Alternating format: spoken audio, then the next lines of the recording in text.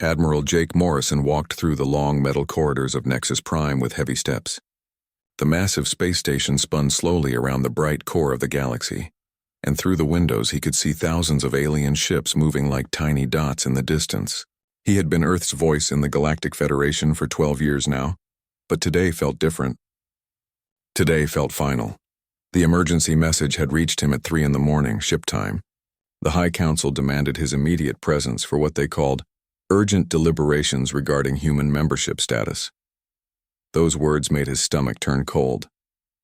In 50 years of Federation membership, no species had ever been called to discuss their membership status. Dr. Lisa Carter walked beside him, her face pale and worried. She carried a datapad filled with charts and reports about human achievements in science and medicine. For the past month, she had been preparing humanity's defense, though neither of them knew exactly what they were defending against. The Zephyrians have been pushing for this since the Mars incident, she said quietly.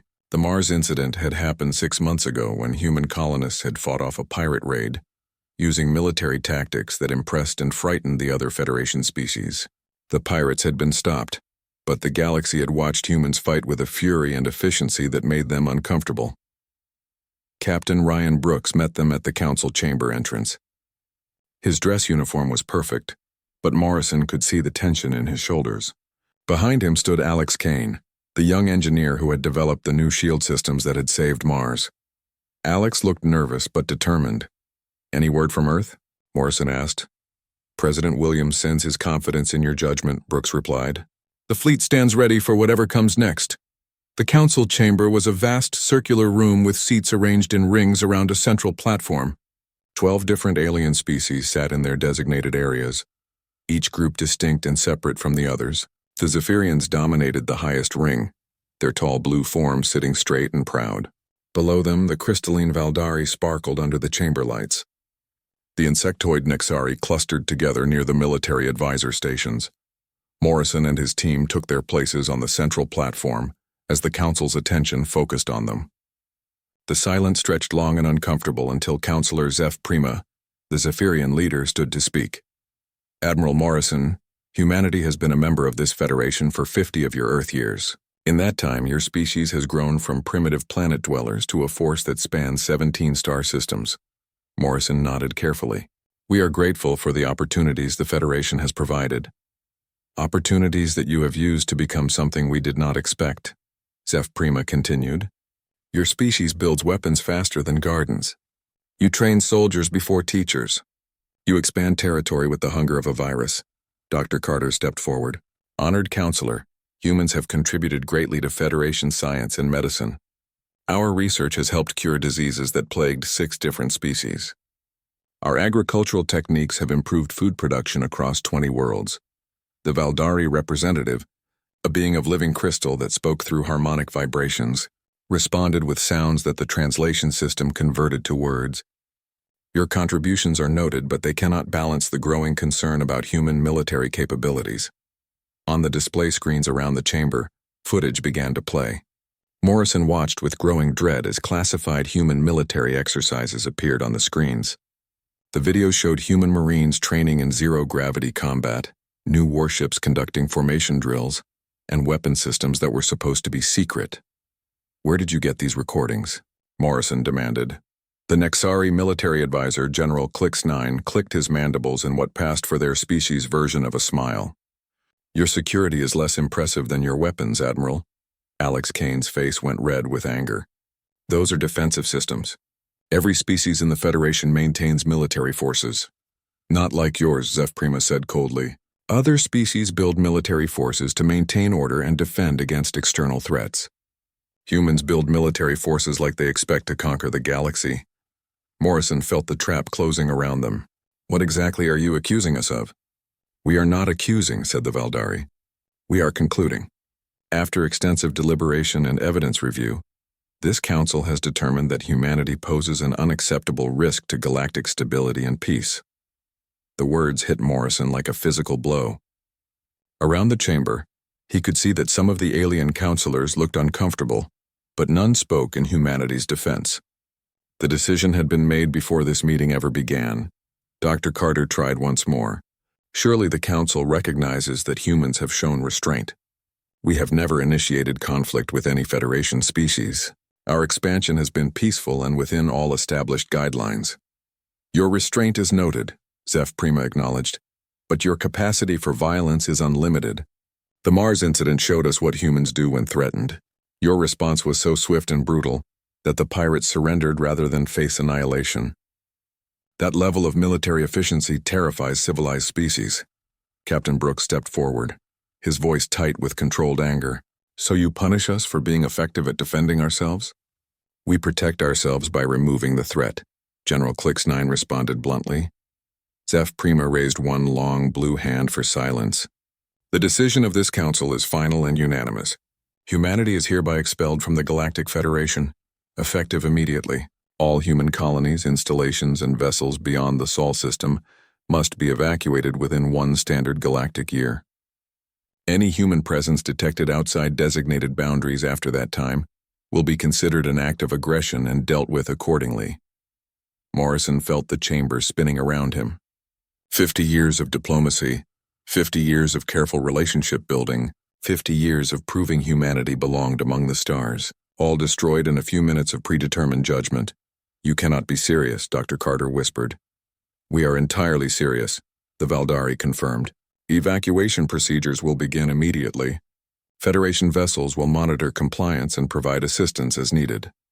Morrison looked around the chamber one last time, seeing fear and determination in equal measure on the alien faces watching him. They were afraid of what humanity might become, so they were gambling everything on forcing humans back into a cage. He walked to the central podium and activated the general communication system that would broadcast his words across the galaxy. When he spoke, his voice was calm and clear, but every human listening would hear the promise buried in his words. Honored counselors, you have made your decision based on fear rather than wisdom. You believe that by banishing us you can control what humanity becomes. You are wrong. He paused, looking directly at each council member in turn. You fear what we might become, but you have just guaranteed we will become something far greater than you ever imagined. You want us gone from your space? We will leave. But remember this day, because when we return it will be as equals, not as subjects. The chamber erupted in alarmed chatter as Morrison led his team toward the exit. Behind them, the council that had just made the biggest mistake in galactic history continued their deliberations, unaware that they had just transformed humanity's greatest diplomat into something much more dangerous. They had just created humanity's greatest enemy. General Patricia Hayes stood in the command center of Earth's military headquarters, watching dozens of holographic displays showing human colonies across 9 star systems. Each display showed the same thing: ships loading cargo, families packing their belongings, and entire cities being carefully dismantled piece by piece. The largest evacuation in human history was happening in real time, and she was responsible for making sure every human made it home alive. The Federation had given humanity 1 galactic year to evacuate everything beyond the Sol system, 14 Earth months to abandon 17 worlds that humans had spent decades building into thriving colonies. It should have been impossible, but Hayes had learned never to underestimate what humans could accomplish. When their survival depended on it, Dr. Marcus Webb burst into the command center carrying a stack of data tablets and looking like he had not slept in days. As the chief architect of the evacuation plan, he had been working around the clock to coordinate the massive logistical challenge. The good news is that we are ahead of schedule on the priority evacuations, he reported breathlessly. All essential personnel and critical equipment from the outer colonies will be clear within 6 months. Hayes nodded, but she could see the worry in his eyes. What is the bad news? The industrial facilities are the problem. We have massive shipyards, mining operations, and manufacturing plants that took decades to build. If we just abandon them, we lose everything humans have achieved in space. Commander Helen Torres entered the room just in time to hear Webb's report. She had been leading the evacuation fleet operations, coordinating hundreds of transport ships in a delicate dance across multiple star systems.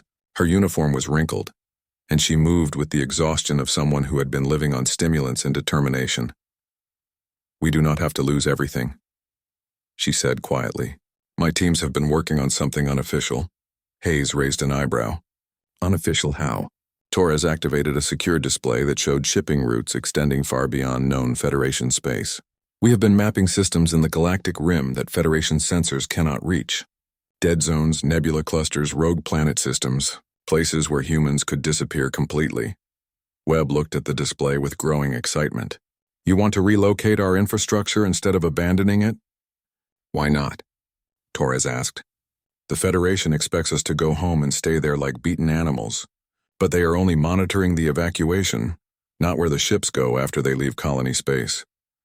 Hayes studied the proposed routes carefully. They were dangerous paths through unexplored space, requiring perfect navigation and more than a little luck, but they offered something precious, the chance to salvage decades of human achievement. Nathan Cross had been standing quietly in the corner, reviewing civilian evacuation reports. As the coordinator for refugee logistics, he understood better than anyone what this evacuation meant for ordinary human families. When he finally spoke, his voice carried the weight of representing millions of displaced people. The civilians will support this if they believe we are building something better, he said. But they need to know that their sacrifices matter. That we are not just running away. Hayes made her decision. Commander Torres, expand your unofficial operations. Begin relocating critical infrastructure to your hidden sites. Dr. Webb, revise the evacuation schedule to prioritize equipment and facilities that can be moved. Mr. Cross, prepare the civilian populations for extended transport times without explaining why. What followed was the most complex secret operation in human history. On the surface, the evacuation proceeded exactly as the Federation expected. Transport ships loaded with colonists departed on schedule, heading toward Earth under the watchful eyes of alien monitoring vessels. But those same ships made unscheduled stops in hidden locations, dropping off equipment, supplies, and carefully selected personnel. The operation at Kepler 442b became the model for all the others. The massive orbital shipyards there had been humanity's pride, capable of building the largest vessels in Federation space. Instead of destroying them, human engineers spent weeks carefully dismantling the entire facility into transportable sections. Commander Torres led the evacuation convoy personally, knowing that any mistake would expose the entire operation. Her ships moved through the system like they were conducting a normal evacuation, but hidden in their cargo holds were the pieces of humanity's most advanced shipbuilding capability. The journey to the hidden site took 6 days through a nebula cluster that blocked all long-range sensors. Torres had found a rogue planet drifting in the darkness between stars, cold and lifeless but perfect for their needs. Deep inside asteroid fields that surrounded the planet, her teams began reassembling the shipyards in complete secrecy. Dr. Webb coordinated similar operations across all 17 colonies. Agricultural equipment from New Geneva, mining machinery from the asteroid belt facilities, research laboratories from the science stations. Everything valuable was being quietly relocated to sites that Federation maps claimed were empty space. The work was exhausting and dangerous. Nathan Cross watched civilian transport captains volunteer for missions that might cost them their lives. Families agreed to longer journeys and uncertain destinations because they trusted human leadership to guide them somewhere better. Engineers worked 18-hour shifts to prepare equipment for transport, knowing they might never see their home colonies again. Hayes received daily reports that amazed her. Humans were not just evacuating, they were transforming the evacuation into the largest covert military operation ever attempted. Supply caches were being established throughout the galactic rim. Communication networks were being set up using hidden relay stations. Entire asteroid belts were being surveyed and claimed for future development. The Federation monitoring ships reported exactly what they expected to see: defeated humans loading their belongings and heading home. They never suspected that each transport convoy was actually delivering the foundation of something much more dangerous than anything humans had built while under Federation oversight. As the months passed, the hidden sites grew into functioning bases. The rogue planet that Torres had discovered became the center of a growing network of human installations. Deep inside the asteroid fields, the relocated shipyards began producing vessels unlike anything humans had built before. Dr. Webb had been correct about one thing: the evacuation was saving everything humans had achieved in space. But it was also creating something new.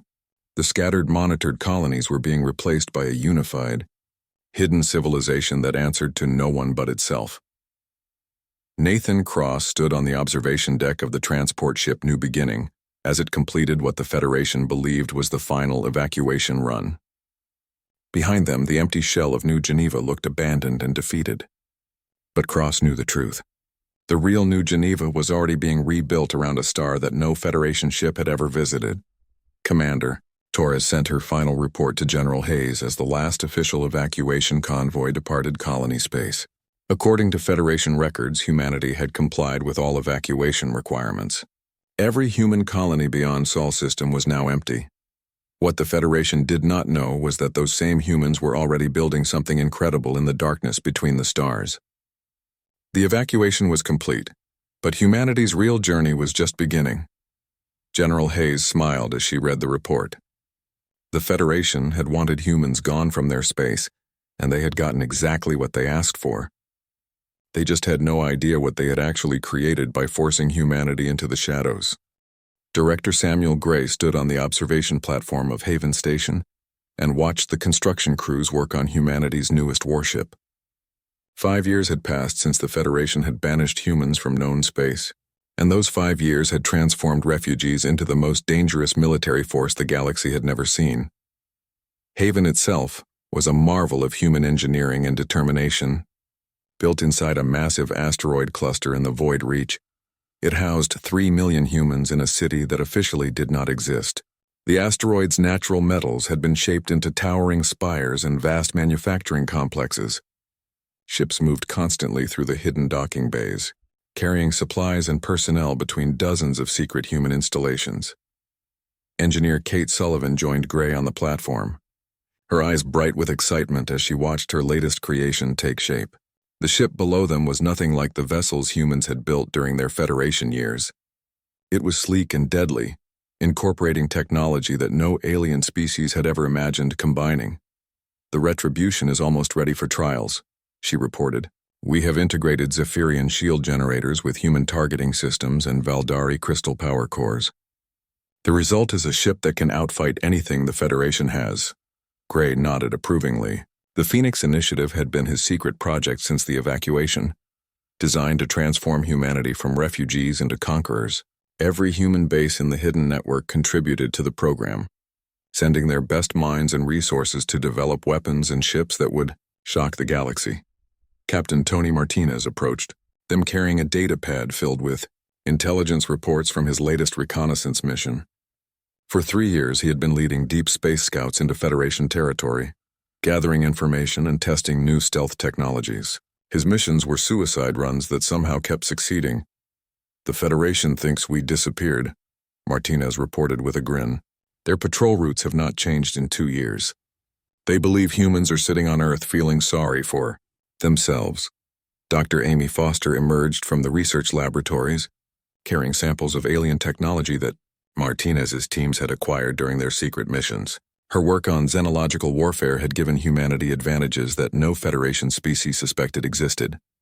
"I have identified critical weaknesses in every major Federation ship design," she announced. "Their hulls are strong against energy weapons but vulnerable to kinetic penetrators.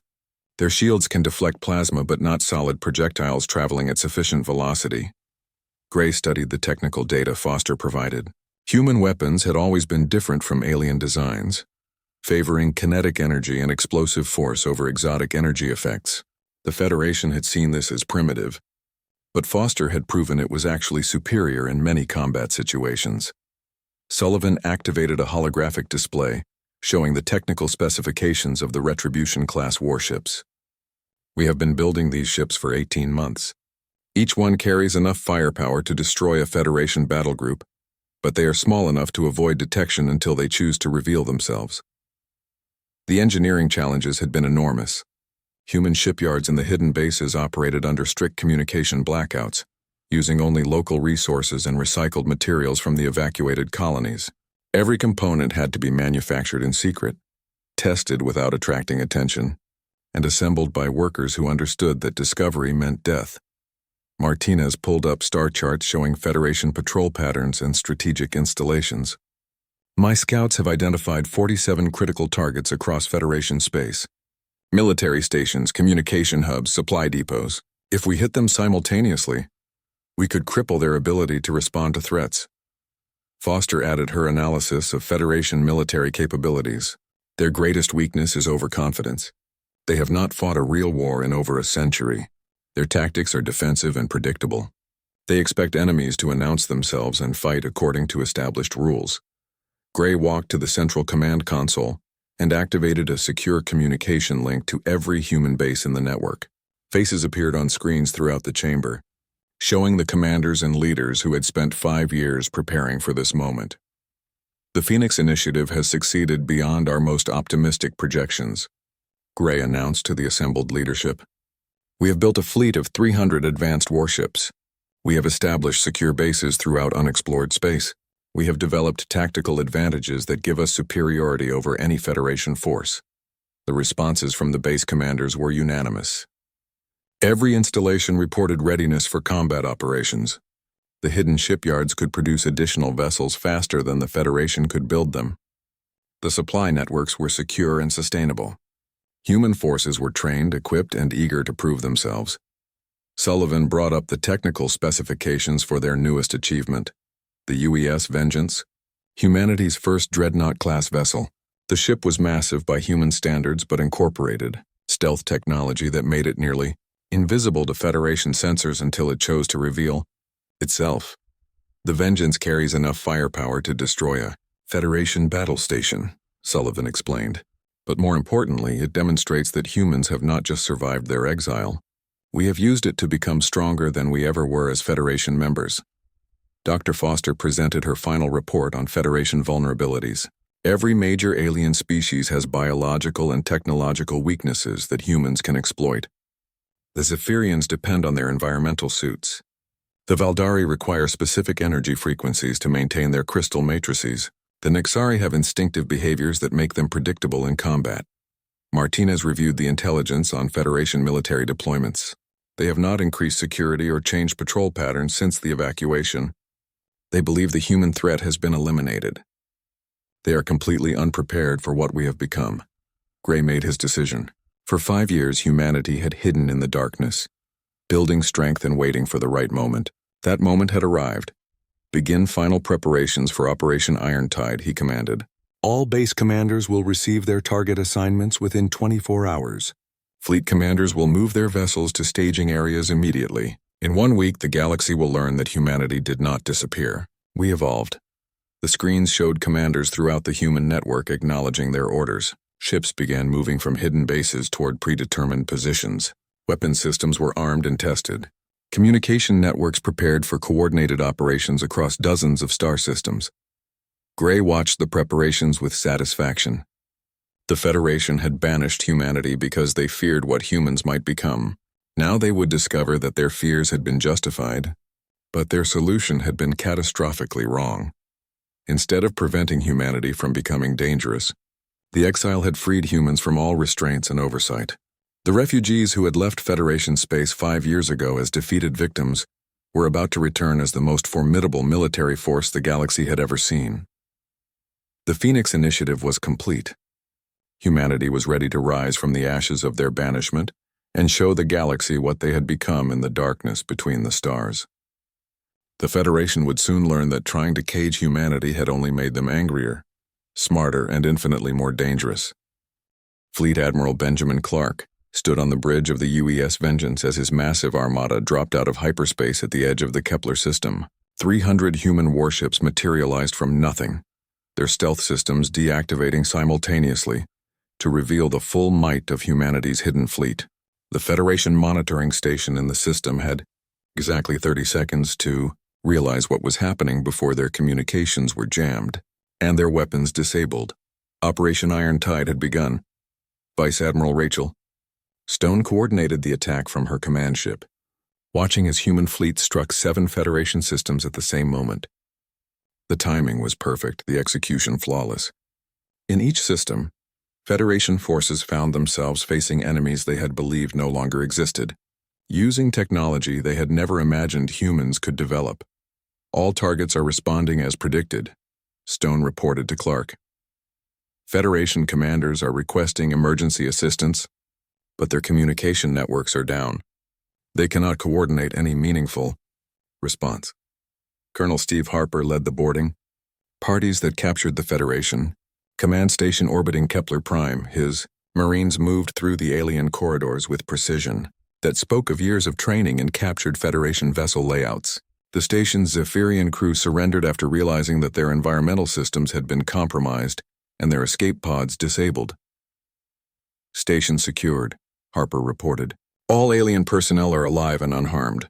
We have control of their command computers and access to their strategic databases.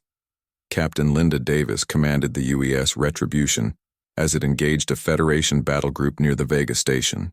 Her experimental carrier deployed squadrons of human fighters that swarmed the alien vessels like angry insects.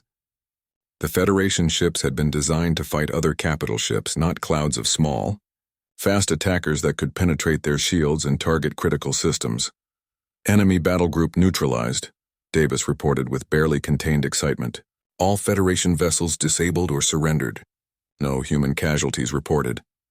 The speed of the human attacks left Federation commanders struggling to understand what was happening. Admiral Clark had planned the operation to demonstrate overwhelming superiority while minimizing casualties on both sides. Human weapons targeted ship systems rather than crew areas, disabling rather than destroying. The message was clear. Humanity could have wiped out the Federation fleets but chose mercy instead. In the Nexus system, home to the Federation's primary military academy, human ships appeared without warning and systematically dismantled the defensive installations. The Academy's students watched in amazement as human pilots demonstrated flying techniques that seemed impossible. Ships that should have been destroyed by defensive fire simply vanished from sensors, only to reappear behind their attackers. Clark received reports from all 7 battlefronts within 2 hours of the operation's start. Every Federation military installation in the target systems had been captured or disabled. Human forces controlled strategic positions throughout Federation space, and alien commanders were beginning to realize that they faced an enemy far more advanced than anything they had prepared for. Admiral, we are receiving surrender requests from Federation commanders in all systems, Stone reported. They want to negotiate terms for the safety of their personnel. Tell them that human forces guarantee the safety of all Federation personnel who comply with our instructions, Clark replied. We are not here to start a war. We are here to end the illusion that humanity can be ignored. The political effects of Operation Iron Tide rippled through Federation space faster than the military conquest. On Zephyrian Prime, the government faced angry crowds demanding to know how humans had developed such advanced technology without detection. The Valdari Council called emergency sessions to discuss whether their alliance with the Federation still served their interests. Colonel Harper's intelligence teams discovered that Federation leaders had been receiving warnings about human activities for months, but had dismissed them as impossible. The alien governments had convinced themselves that banished humans could never pose a serious threat to established galactic powers. Captain Davis led her fighter squadrons in demonstration flights around major Federation worlds, showing civilian populations that human technology had advanced far beyond anything they remembered. The fighters moved through complex aerial displays that proved human pilots could outfly anything the Federation possessed. The climax of Operation Iron Tide came when Admiral Clark's entire fleet arrived at Nexus Prime itself. The massive space station that served as the Federation's capital found itself surrounded by human warships that had appeared from empty space. The station's defenses were formidable, but Clark made no move to attack. Instead, he activated the general communication system that would broadcast his message throughout the galaxy. Every Federation world, every alien government, every species that had voted to banish humanity would hear what he had to say. Citizens of the galaxy, I am Fleet Admiral Benjamin Clark of the Human Dominion. 5 years ago, your leaders banished humanity from Federation space because they feared what we might become. Today, you can see what we actually became. The camera feeds showed human ships surrounding Nexus Prime, their weapons powered but not targeting the station. Clark wanted every alien watching to understand that humanity held their lives in human hands, but chose not to harm them. We did not return for revenge. We returned to correct a mistake. The Federation believed that banishing humanity would make the galaxy safer. Instead, It freed us from the restrictions and oversight that limited our potential. Clark paused, allowing his words to reach every corner of Federation space before continuing. Humanity hereby announces the establishment of the human dominion as a sovereign power equal to the Federation. We claim territorial rights to all systems beyond the galactic rim and offer protection to any species that wishes to join us. The reaction was immediate and chaotic. Federation Council members demanded emergency sessions while their military commanders tried to assess whether they could mount any effective resistance against human forces. Some alien species began quietly, contacting human representatives to discuss potential alliance terms. The Federation has 72 hours to formally recognize human dominion, sovereignty, and agree to establish mutual borders, Clark announced. Any hostile action against human forces or civilians will be considered an act of war against a galactic power.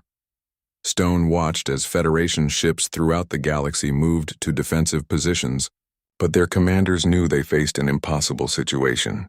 Human technology was superior, human tactics were unpredictable, and human forces had already proven they could strike anywhere without warning. Admiral, we are receiving communication requests from 47 different Federation member species, Stone reported. Most of them want to discuss separate peace agreements with the Dominion. Clark smiled as he watched the Federation's unity crumble in real time.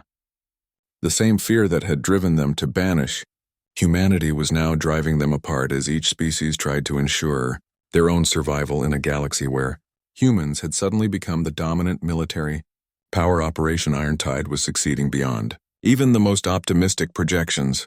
Humanity had returned to the galaxy not as refugees seeking readmission, but as conquerors offering terms to their former oppressors. President William Turner stood at the window of his office on New Terra, watching alien and human children play together in the gardens below. 2 years had passed since Operation Irontide, and the galaxy had transformed in ways that even the most optimistic human leaders had never imagined. The human dominion now spanned 43 star systems and included 12 different alien species who had chosen human leadership over Federation membership. Ambassador Susan Miller walked into the office carrying the latest diplomatic reports from across the galaxy. Her job had changed dramatically from the early days after the Irontide operation. Instead of convincing reluctant aliens to work with humans, she now spent her time managing requests from species that wanted to join the Dominion or establish mutual defense treaties. The Curations have formally requested membership, she reported with satisfaction. That makes 18 species this month. The Federation is losing members faster than they can hold emergency council sessions. Turner nodded as he reviewed the membership applications. Each new species brought unique skills and technologies that strengthened the Dominion. The Curations were master engineers whose crystal-growing techniques could revolutionize human construction projects. Their membership would also give the Dominion control of the Spiral Arm's most important trade routes. Admiral Robert Chen arrived for the daily security briefing, his uniform bearing the insignia of the Dominion Fleet Command.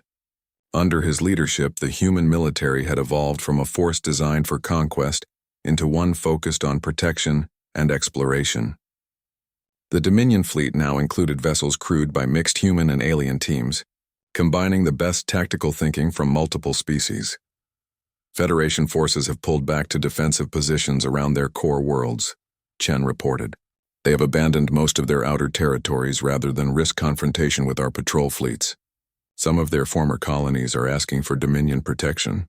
Dr. Paul Anderson joined the meeting, carrying data tablets filled with technical specifications and research reports. His technological integration programs had produced advances that benefited every species in the Dominion. Human engineering combined with alien science was solving problems that neither could have addressed alone. The joint research stations are exceeding all productivity targets, Anderson announced. Human agricultural techniques combined with Valdari crystal cultivation have increased food production by 300%. The new medical facilities using both human and Nexari biotechnology are treating diseases that were previously incurable. Turner studied the reports with amazement. The Dominion had become everything the Federation claimed to be but never achieved. Different species working together as equals, sharing knowledge and resources for mutual benefit. The key difference was that humans led by example rather than decree. earning respect through competence rather than demanding it through tradition. Miller activated a holographic display showing the current political map of the galaxy. The Federation's territory had shrunk to less than half its former size, while the Dominion controlled an expanding region that included the galaxy's most productive systems and strategic locations. The Federation has requested formal negotiations, she reported. They want to establish permanent borders and sign a non-aggression treaty. Essentially, they are asking us to recognize their right to exist as a separate power. Turner considered the request carefully. The Federation that had banished humanity no longer existed. The Zephyrians had lost their position as the dominant species when 3 of their major colonies defected to the Dominion. The Valdari Collective had split into 2 factions, with the progressive faction joining the Dominion and the conservative faction remaining with what was left of the Federation. Chen provided the military assessment of Federation capabilities. Their remaining forces pose no threat to Dominion security. Most of their best commanders and newest ships have joined us. What remains is a rump state, clinging to outdated ideas about species hierarchy and traditional authority. Anderson offered his scientific perspective. The Federation's research programs have stagnated since the Exodus began. They are still trying to develop technology using the same methods they have used for centuries. Meanwhile, Dominion advances are accelerating every month. Turner made his decision. The time had come to end the conflict that had begun with humanity's banishment, but the terms would reflect the new balance of power in the galaxy. Schedule the negotiations for next month on Liberty's dawn, he instructed Miller. We will offer the Federation recognition as a sovereign entity with defined borders. In exchange, they must formally acknowledge the human dominion as an equal galactic power and agree to pay reparations for the forced evacuation. Miller smiled at the justice of the arrangement. The same Federation that had given humanity 14 months to evacuate their colonies would now be required to compensate the species they had tried to destroy. The negotiations took place aboard Liberty's Dawn, humanity's newest and most impressive space station. The massive structure orbited New Terra like a metallic moon, housing diplomatic facilities, research laboratories, and cultural centers that represented every species in the Dominion. The Federation delegation arrived in ships that looked outdated compared to Dominion vessels. Their representatives seemed nervous and uncomfortable as they walked through corridors filled with humans and aliens working together as equals. The contrast with their own segregated society was obvious and embarrassing. President Turner led the Dominion delegation into the main conference chamber, a vast room with transparent walls that offered stunning views of New Terra below. The planet's surface showed cities where multiple species lived and worked together, creating a civilization that honored diversity while maintaining unity. The negotiations lasted 3 days, but the outcome was never in doubt. The Federation accepted all Dominion terms, including formal recognition of human sovereignty and substantial reparation payments. More importantly, they agreed to allow any Federation member species to leave and join the Dominion without interference. The Treaty of New Terra was signed in a ceremony, attended by representatives from every species in both governments.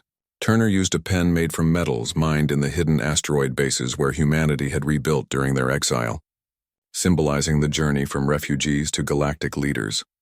As the Federation delegates departed, several of them approached Dominion officials privately to discuss their own species' potential membership. The treaty had been signed, but everyone understood that it was only a temporary arrangement until the Federation's remaining members decided to join the winning side. Turner returned to his office that evening and stood, again at the window overlooking the gardens. The alien and human children were still playing together, unaware that they were living proof of what the galaxy could become when fear was replaced by cooperation. Ambassador Miller joined him at the window, watching the peaceful scene below. The Zephyrian ambassador asked me something interesting today, she said. He wanted to know if the Dominion would accept membership applications from individual Federation worlds, rather than requiring their entire species to join. Turner smiled. The question proved that even the Federation's founding members were beginning to understand that the future belonged to the Dominion model of voluntary cooperation, rather than enforced hierarchy. Tell him that the Dominion welcomes anyone who shares our values, Turner replied. We learned long ago that the best societies are built by choice, not by conquest. Outside the window, Human and alien children continued their games under the light of New Terra's setting sun, building friendships that would shape the galaxy's future. They were living proof that what the Federation had feared most about humanity had turned out to be humanity's greatest gift: the ability to bring out the best in others by refusing to accept anything less than equality and mutual respect.